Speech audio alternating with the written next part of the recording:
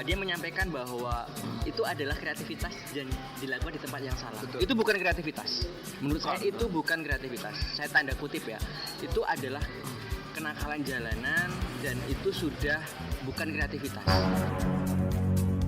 Menurut aku memang dari pemangku kebijakan dan yang berwenang lah, itu langsung aja sih langsung mengkategorikan bahwa pelaku klite ini adalah pelaku kriminal. Pelaku klite itu ya pelaku kejahatan. Ya, jadi klite aja dia diadopsi dari bahasa baikan. Jadi menurut aku mari sama-sama kita sebut bahwa orang-orang anak-anak yang tadi disebut anak-anak kreatif yang salah itu langsung saja dia pelaku kriminal, pelaku kenakalan remaja di jalan. Udah gitu aja.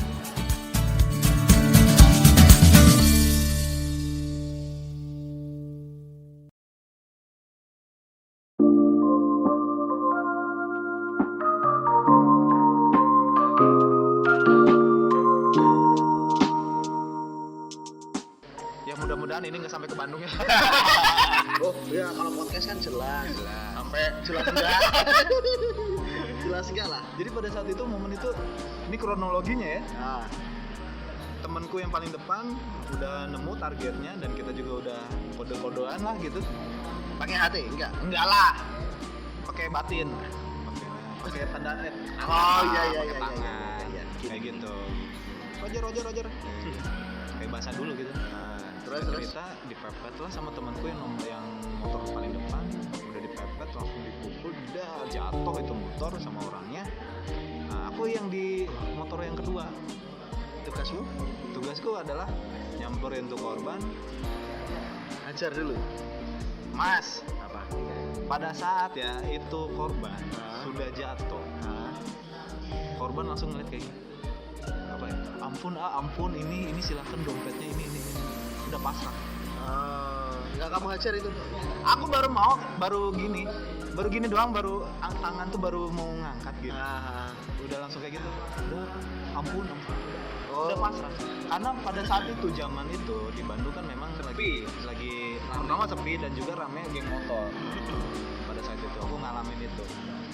Dan pada saat itu aku langsung mikirnya kayak gini, udah ambil dompet, handphone. Ingat itu handphonenya dulu Nokia masih itu lah. Polyphonic tebel itu ya. 3315. 3230. Oh, 3230. Poliklinik. Nah, kira-kira dari kasus itu ada penyesalan nggak, Mas? Nah. Siapa tahu bisa meringankan gitu. Nah, ini Mas. Aku lihat dari pokoknya nggak ada, Mas. Ini Mas. Nah, pada saat proses kejadian itu, terus aku langsung bilang gini, ambil aja dompet sama duit. Dompetnya udah balikin. Tapi aku bilang, temanku sempet mau ambil motornya. Cuman aku bilang, aku karena masih agak sadar gitu kan. Maksudnya minum nggak terlalu ini. Temanku udah ini. Aku bilang, motor nggak usah. Cukup kempesin aja bannya. Dua-duanya dikempesin. Jadi dia biar nggak bisa inilah ngejar atau apalah gitu kan. Udah ditusuk gitu ban motornya, bukan orangnya, ban motornya kempesin. Udah kita cabut. Yang paling konyol adalah Sampai di base camp. enggak. Oh, belum. Jadi kita kan lewat jalan Setiabudi dan di situ tuh ada satu pom bensin. Oh iya. Nah, temenku ini langsung di jalan isi bensin dulu, Bro. Isi bensin. Nah, aku yang motor 2 ini sama temen yang udah beristri ini, yang sudah berkeluarga. Memang dia bawa saja. Cuman yang paling kocaknya gini. Dia pada saat udah turun, bro, isiin motor gua mau kencing dulu katanya. Itu sajamnya di serang gitu ke aspal. Orang-orang pom bensin tuh udah gemeteran, Mas. Ngewel. Udah gemeteran. Iya, ngewel. Terus langsung temanku nih ke aku bilang, ayo temenin. Kemana? Gue pengen pipis, pengen kencing. Oh ayo. Kita temenin lah. Yang paling gobloknya adalah pada saat mau bayar, orang pom bensin kan temanku udah beres nih, langsung temanku langsung bilang gini, berapa Mas? Petugas pom bensinnya udah gimana coba? Udah jangan, udah nggak usah. Udah. Temanku bilang apa? Jangan gitu, kalau beli harus bayar. Kocak, gue bilang. Kok inget ya? Pada saat dia waras nggak kayak gitu. Di saat nggak waras dia sadar. Langsung aku bilangin, ini siapa yang salah? Gue bilang, gue salah pergaulan atau gimana? Gue bilang kayak gitu. Sampai petugas bensinnya udah, ampun, udah nggak usah. Udah, masih duit 100.000. Udah ambil aja kembaliannya. Gitu. Gimana nggak gokil coba? Nah ini makanya ini korban, ini pelakunya. Jadi kelihatan di sini. Tapi apa ya? Istilahnya pada saat akhirnya udah singkat cerita udah ke base camp, langsung itu aku masih inget itu isi dompetnya itu sekitar 1-2 juta kurang lah kalau nggak salah. Hah? Banyak dong. Banyak ya. Iya. Zaman segitu uang segitu banyak banget ya. Iya. Oh mungkin dalam arti zaman dulu jangan-jangan itu buat THR karena mau iya. lebaran. Iya, betul. Karena kan momennya memang lagi mau hari raya. Mau hari raya. Sudah pada saat itu, yuk kita bagi-bagi ya, yuk bagi-bagi. Nah, pertanyaanku dapat berapa kamu? Hah? Di malam begal itu kamu dapat berapa? Pada saat itu aku dapat Sebentar. apa? Itu tahun berapa? Waduh. Ingat dulu.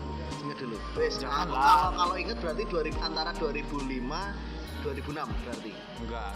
2010-an ya, Bang? 2000 ada 2010 2009. Ah, iya, benar.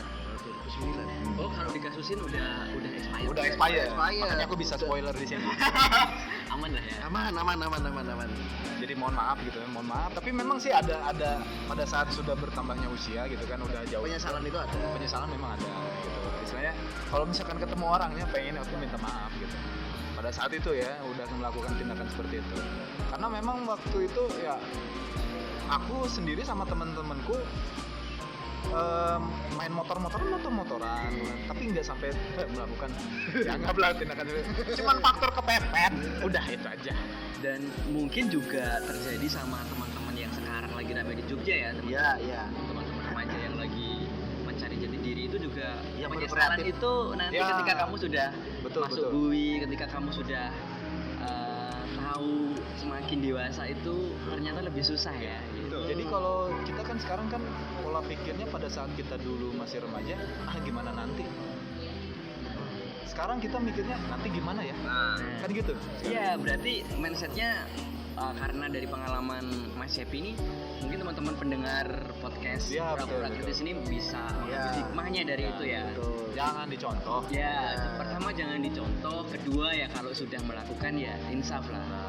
Tobat. ketiga kalau kepepet ya. Gimana? Jangan dicontoh. Kalau kepepet ada pinjol. Oh iya, kalau zaman dulu kita mana ada, Mas. Adanya pegadaian. Iya. Mau digadein apa? Ya itu. Ya tapi dari dia cerita ini aku jadi ini satu ya. Apa tuh? Untung dia nggak ngelamar kerja di mana-mana ya. Dan untung dia nggak ke-mention mukanya. Iya. Enggak sih. Mungkin zaman dulu belum ada CCTV. Karena gini, Mas. Kalau kamu udah ke-mention nggak bisa Wim buat SKCK. Iya, karena muka ya, alhamdulillah sih, Mas, karena mukaku kan nggak kelihatan muka-muka kriminal gitu. Atas apa? Gak bisa buat SKCK tetap bisa, cuman kan ada catatan kriminal. Iya. Faktanya banyak loh pejabat-pejabat kita. Kuik. Apa sih? Sorry, aku nggak ikutan ya. Yang penting tuh kita bawa bambu aja yang panjang. Buat apa? Bambu. Buat nyogok. Aku nggak ikut-ikutan ya ini. Bambu. Tegar Setiawan, UMPY. Bambu. Terus nyogok. Mau hubungannya apa? Hah? Apa? Apa sih? Apa? Bambu. Kalau nyodok ya. Nyogok gini loh. Oh, nyogok. Nyogok. Kayak buah gitu kan dipakai Ya itu bambu. kalau misalkan ada lebaran gitu kan, kita pengen buah apa tinggal nyogok. Oh. Gitu loh maksudnya. Soalnya beda server aku. Dia nggak login. Gue nyogoknya nyodok yang mana? Bahaya. Nah, tapi setelah dari kasusnya Cepi, dari kasusmu, itu yang terjadi di anak-anak sekarang. Dan aku pernah bahas sama Nuha juga waktu itu di episode yang lalu ya, dulu banget. Itu kan memang mereka mencari eksistensi berarti ya. Smart friend. Jati diri. Jati diri. Nah, yang kalau kamu Kalau kamu pernah nggak selama kamu sekarang di DIY yang kamu tangani sekarang, pernah nggak ngadepin anak-anak kayak gitu yang masih usia remaja, masih ini, terus alasannya mereka tuh apa sebenarnya kalau yang sekarang ini? Memang rata-rata tadi ya terbawa oleh arus teman-temannya gitu. Jadi memang mencari teman yang baik itu susah kan. Sekarang tuh mencari teman yang baik susah. Teman yang baik bisa dapat, tapi circle-nya. Iya, bisa jadi gitu. Lingkungan. Kadang baik di circle yang menurut dia ya kurang baik, tapi ya itu teman baik dia gitu.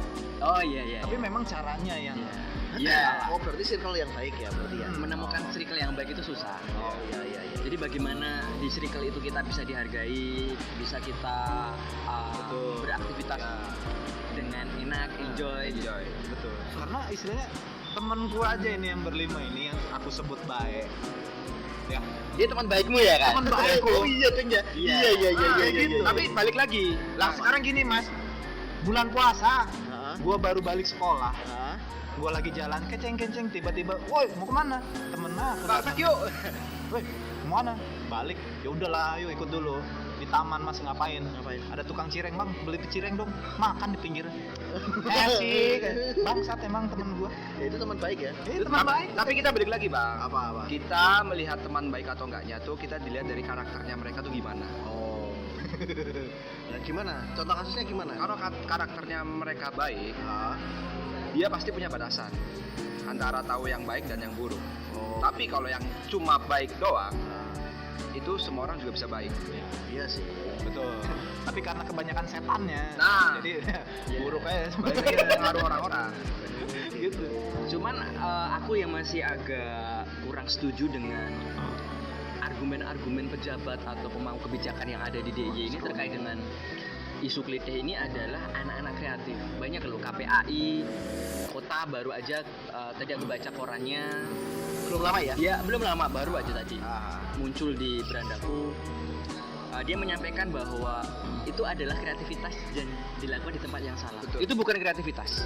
Menurut saya itu bukan kreativitas. Saya tanda kutip ya. Itu adalah kenakalan jalanan dan itu sudah bukan kreativitas.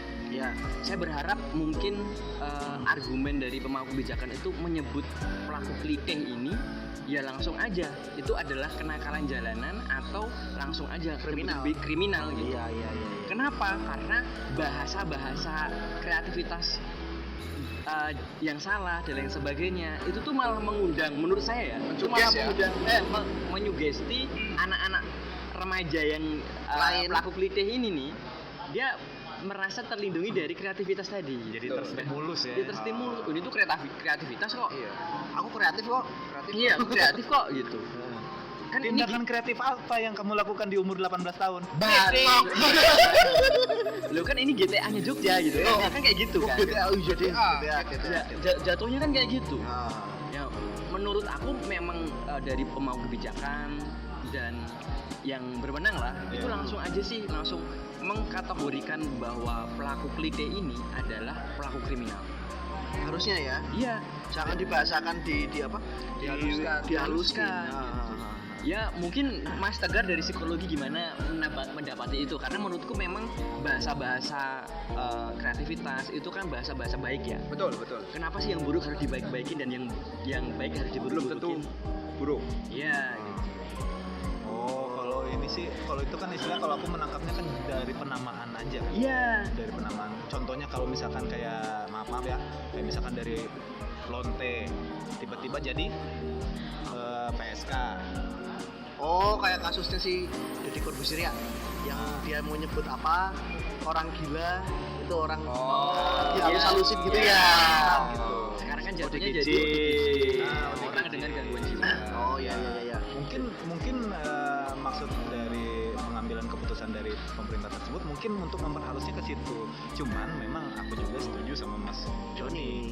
Kalau penggunaan seperti itu mungkin koridornya kurang tepat. Ya, Betul. Nggak tepat malahan. Walaupun tadi perbandingannya dengan apa ibaratnya PSK dan lain sebagainya, ini bukan perbandingan ya. Iya. Jadi kalau pelaku klitih ya udah pelaku Udah. kejahatan. Iya. Iya.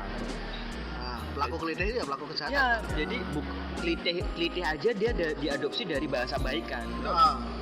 Jadi menurut aku mari sama-sama kita sebut bahwa orang-orang anak-anak yang tadi disebut anak-anak kreatif yang salah itu langsung saja dia pelaku kriminal, pelaku kenakalan remaja di jalan, udah gitu aja. Itu menurut aku langsung mendistract bahwa oh itu tuh bahaya gitu.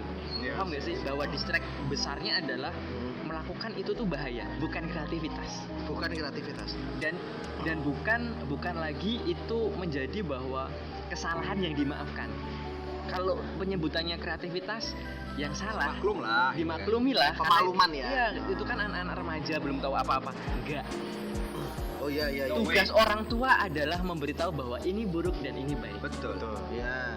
Jadi ketika terjadi pelaku klitih ini nih, klitih ini melakukan aksinya nih, sebenarnya yang salah itu dua faktor penting. Apa Yang itu? pertama dirinya sendiri, Oke, pelaku, oke. dan orang tua.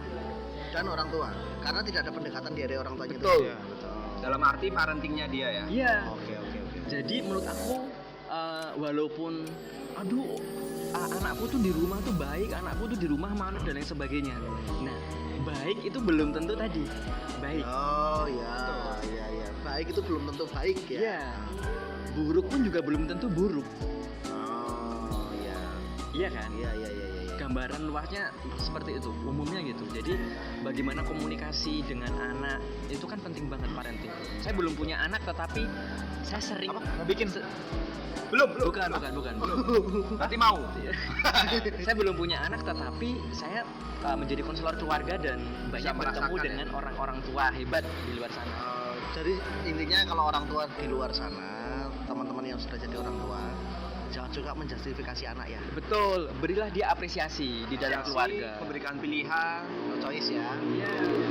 pengawasan. Oke. Tapi gini loh Mas Joni, terkait tadi penyebutan anak yang kreatif itu, mungkin dari kita berubah ke kriminalitas, itu mungkin ada undang-undang di bawah itu yang menaungi itu Mas. Misalkan kayak undang-undang anak bawah umur.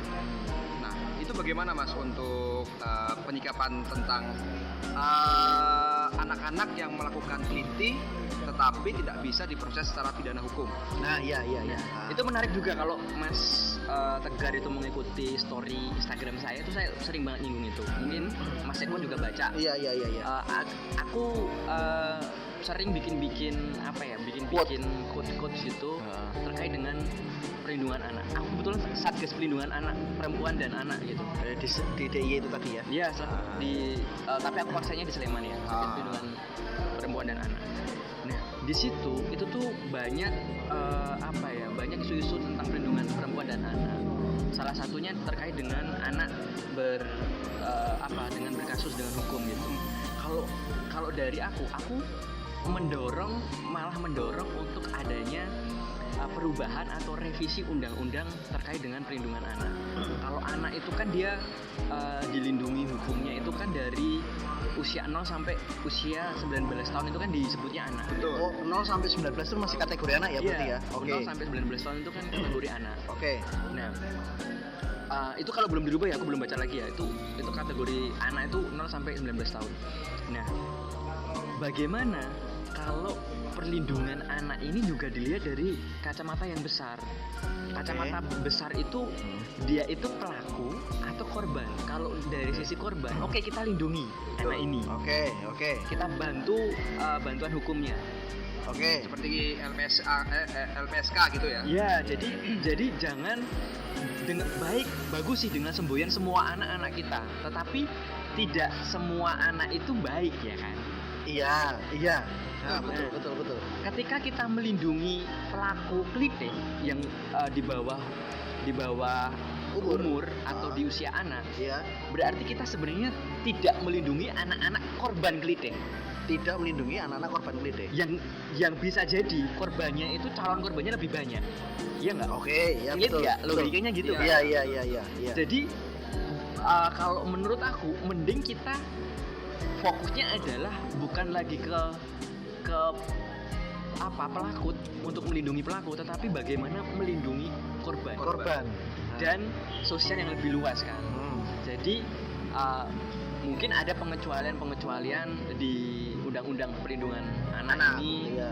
terkait dengan seperti ini. Kalau ya dia bacok, dia misalnya bunuh dan lain sebagainya, ngelitih dan lain Sampai sebagainya, melukai Iya, ya. sampai melukai. Nah itu ya sudah langsung dituntut hukuman aja yang berat malah. Karena kalau orang tuanya tidak bisa mendidik di keluarga, ya dididik lah di Mungkin sekolah ya. ya di sekolah yang khusus atau ada tempat rehabilitasi khusus anak. Kalau di DIY itu kan ada kalau nggak salah rutan khusus anak itu ada di Wonosari. Nah, bagaimana rutan-rutan yang khusus anak ini dia bisa benar-benar difasilitasi untuk pengembangan dia setelah dia nanti keluar dari rutan ini, lepas ini dia itu benar-benar bisa menjadi orang yang berguna gitu. Orang yang bermanfaat gitu, berubah gitu. Gitu. Jadi kalau dari Mas Joni sendiri pernah nggak sih misalnya gini, dari pelaku kelitih ini nih, terus akhirnya Mas Joni jadi konselingnya mereka, itu mempertemukan bagaimana caranya Mas Joni sebagai seorang konselor misalnya disuruh mengkonseler itu bagaimana mentreatment si anak ini biar Dek kamu gak usah kayak gitu-gitu lagi deh, itu gimana kalau Mas Joni? Ya biasanya kalau saya tuh mancing ya, kamu tuh kenapa sih gitu kan? Oh gitu, kamu pancing ya. dulu berarti? Iya, probing dulu ya. Iya pakai probing. Kita kalau langsung Judgement kan nggak bisa ya. jangan kamu ngelitnya gini-gini bego nih, ya kan nggak mungkin gitu ya kan? Kan kita harus Gini, mendengar. kamu jangan ini MMA sekalian. Itu aku sempet tuh usul mungkin ada ring Suatu tinju, wadah ya, suatu ada wadah buat ring tinju mungkin pelampiasan di denggung gitu kan, sarana luas gitu. Mungkin sparring di situ daripada kamu ngelitih kan, sparring di situ kan lebih fair. lebih fair kan. Nah, tapi itu pernah diinisiasi sama Mas Erik kan? Bisa dicanangkan. Mas Erik Iya. Sukamti kan? Belum dicanangin ya? Pernah yang gelut itu ya? Gelut Oh, yang cuma wacana ya, tapi udah relasi bukan? Oh, enggak, maksudnya untuk yang tinju itu kan kayaknya udah pernah sekali. Udah pernah sekali, tapi yang kedua belum. Nah mungkin itu sebenarnya bisa difasilitasi aja kan. Jadi biar tidak ada yang tadi liar tadi kan. Kalau untuk treatment konseling dengan pelaku ya biasanya anak ini kan dia kan banyak ya permasalahan dia mungkin dari keluarganya dia, dari lingkungan.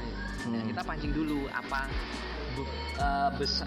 garis besar Kenapa dia melakukan kenapa itu? dia gitu melakukan itu gitu. Ini nanti akan bercerita sendiri loh. Kalau yang paling banyak apa sih?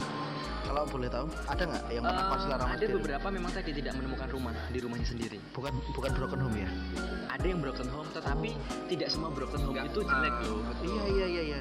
Tapi ada yang dia tidak ada komunikasi di rumah. Iya. Peran ayah dan ibu mungkin kurang. Iya, sebenarnya kan ada 8 fungsi keluarga, fungsi pendidikan, terus fungsi perlindungan, sosial, agama, sosial budaya gitu. Ada fungsi-fungsi keluarga itu yang tidak berjalan dengan baik. Tidak berjalan dengan baik. Iya, harusnya kan memang berjalan ya kan, mungkin dari apresiasi tadi, terus ada pendidikan, terus ada yang demokrasi. Iya. Demokratis Lah, demokratis dalam mendidik anak itu kan harus demokratis. Betul. Memberikan pilihan, kamu kalau milih A nanti ini dijelasin, kamu nanti kalau milih B ini. Jadi ketika ada konsekuensinya ya. Iya. Kalau kamu milih A, ada konsekuensinya ini.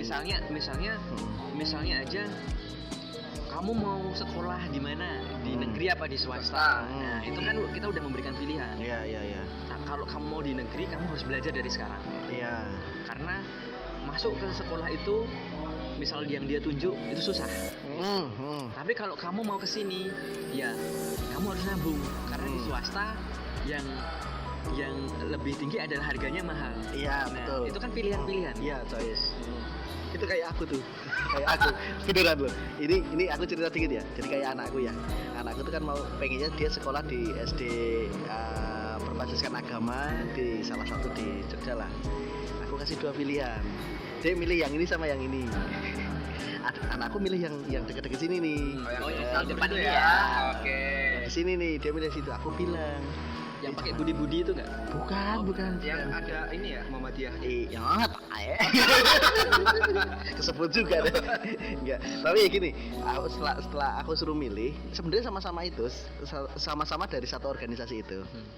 Nah, aku tak suruh milih yang agak selatan. Nah, alasanku cuma satu. Lebih murah. Satu lebih murah. Yang kedua, hari Sabtunya libur.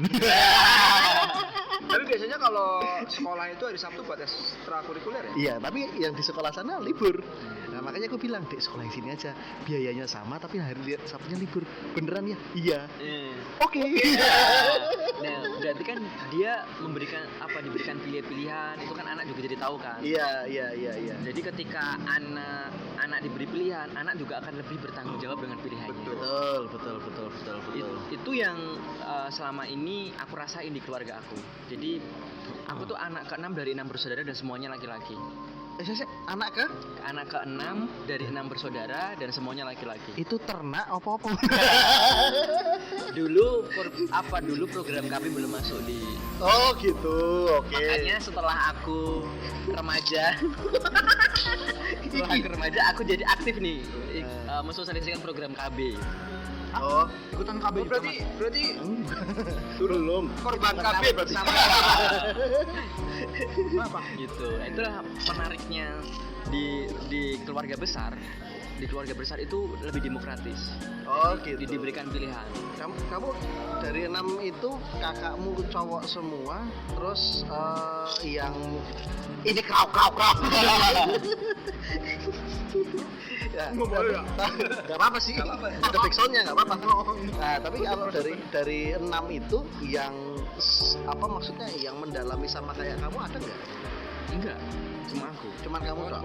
Mas Joni. Mas Joni aja. Iya, karena tadi lingkunganku kan lingkungan sekolah yang tadi Iya. ya maksudku aku ketemu teman-teman yang kayak gitu, ternyata dia ada hal baiknya di situ, ternyata masuk ke yang kurang baik. Nah, itu kan setiap orang kan punya punya lingkungan dan punya pengalaman pribadi yang beda-beda kan. Betul. Nah, dari lingkungan terus dari pribadi yang beda-beda itu dia langsung bisa mengambil keputusan. Aku mau maju ke kanan apa ke kiri nih? Oh, Apa lurus nih? Gitu. harus ada pilihan ya. Pilihan dan berdialogis dengan tanggung jawab ya sebenarnya. Nah, terus pertanyaanku, kakak-kakakmu sudah punya momongan semua berarti ya? Paling besar umur berapa? Paling besar, aku nggak inget ya umurnya berapa. Sekarang kelas? Sekarang kelas. Sekarang dia ada di Enggak, maksudnya anak-anaknya. Oh, anaknya. Anaknya kakaknya. Anaknya kakakku tuh yang paling gede itu dia kelas 1 SMA. Itu pernah ini belum? Maksudnya pernah curhat sama omnya belum? Ya pernah lah. Nah, yang pernah curhat sama kamu apa dia? Menentukan pilihan sekolah. Jadi Oke. nah salah satu yang dia curhatin sama aku tuh adalah, Om, aku tuh kalau sekolah di sini tuh aku nggak bisa bahasa Arab karena dia masuknya di MAN lah ya. Di madrasah. Karena kan sekarang tuh kan Yunasi ya. Jadi Betul. Ya, Yunasi itu walaupun dia nilainya tinggi tapi dia nggak bisa masuk ke sekolah yang dia pilih, yang dia mau. yang dia mau. Yang di luar zonasi Karena di luar Yunasi kan.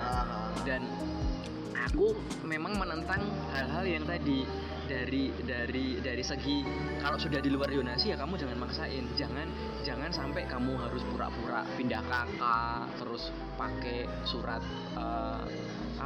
dinas. Iya, itu tuh kan banyak kan sekarang dilakukan. Nah, aku tidak mau mendidik ponakanku ini menjadi orang-orang yang curang. Nah, jadi aku memberi pemahaman bahwa sekolah di mana aja sama, tergantung kamu nanti kemana gitu. Mau ngapain, mau jadi apa. Itu sih, itu yang aku sering sampaikan ke ponakan-ponakan aku. Karena dia curhat kayak gitu ya, karena dia agak kesusahan waktu dia mau masuk sekolah itu tadi. Karena dia sampai dari 3 sekolah itu yang karena Maguwo itu sekolahan yang negeri itu jauh-jauh ya. Iya betul. Jauh-jauh loh. Jadi dia pilihannya itu cuma ada di MAN ini yang dekat. Nah, gitu. Karena ya masih Yunasi dan ya masih terbuka luang lah gitu. Masih worth it lah. Dan masih negeri lah ya kan.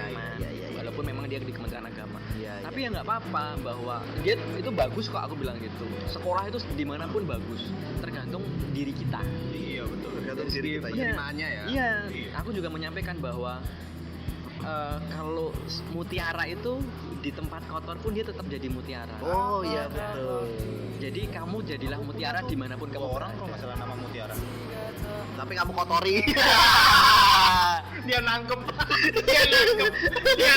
dong, dia nangkep maksud gua. Iya dong. Dia nangkep. Gini Mas Joni, aku punya pertanyaan Mas. Tadi dari segi buat anak-anak yang bermasalah nih Mas, dari segi penanganan untuk intervensi perlakuan itu bagaimana Mas yang Mas Joni lakukan kepada anak-anak yang bermasalah itu? Ya kalau kita sudah berhadapan sama Mereka. aku nyebutnya bukan bermasalah ya. Iya. Ya kan? Kalau kalau bermasalah kan itu Secara awam ya? Secara awam Bermasalah. iya bermasalah, tetapi aku nyebutnya adalah kamu punya potensi dan baru berada di kondisi yang kurang baik aja Betul. gitu. Bad opportunity. Jadi penanganannya ya banyak sih dari tadi. Aku tuh punya treatment travel healing. Jadi Gimana tuh? jalan-jalan sambil konseling. Oh, itu gimana tuh? Ada nggak? Nggak ada. Jadi Ya nggak apa-apa. Jalan-jalan. Nanti kan jadi Handoyo. Hasil dari Oyo. hasil dari Oyo. Tapi Jangan luput aja. Traveling itu Mas, itu di situ ada masuk outbound atau sela-sela kegiatan apa gimana? iya, masuk. Tergantung kalau kita travel healingnya kelompok ya nanti ada outboundnya. Kalau kita cuma individu ya kita langsung nih misal aku bawa ke tempat wisata tebing breksi atau ke candi-candi. Kamu tahu nggak? Aku langsung menunjukkan kamu tahu nggak sih sejarah ini tuh gitu. Ini dibangun karena apa? Bahwa leluhur kita tuh hebat loh. Nah kalau kamu bisa seperti mereka, paling enggak kamu tidak tidak menjadi berbeda itu dalam tanda kutip jelek ya. Iya. Orang-orang zaman dulu leluhur kita kan membangun negara ini, membangun daerah yang kita gitu, itu kan dia dengan kerja keras, dengan berdarah-darah, dengan perjuangan. Nah aku masukin itu treatment yang menarik sebenarnya. Kalau aku sih lebih mengutip, sorry ya Mas ya. Maaf Mas. Lebih mengutipnya anak-anak sekarang pengenalan atau pengetahuan dengan sejarah Itu kurang. Nah, sejarah negaranya sendiri, sejarah kotanya sendiri, Daerahnya sejarah lah. pahlawannya sendiri, itu kurang. Nah, ini juga tugas orang tua nih mengenalkan sejarah-sejarahnya, leluhur-leluhurnya. Paling enggak kalau kita bisa mendekatkan anak-anak kita dengan orang tua kita atau nenek kakeknya, nah itu kan baik juga. Jadi biar memberi stimulus kepada anak kita nih, anak cucu-cucunya nih bahwa nenek kakek kita dulu tuh Punya pengalaman yang unik luar atau biasa, yang apa unik gitu ya. gitu.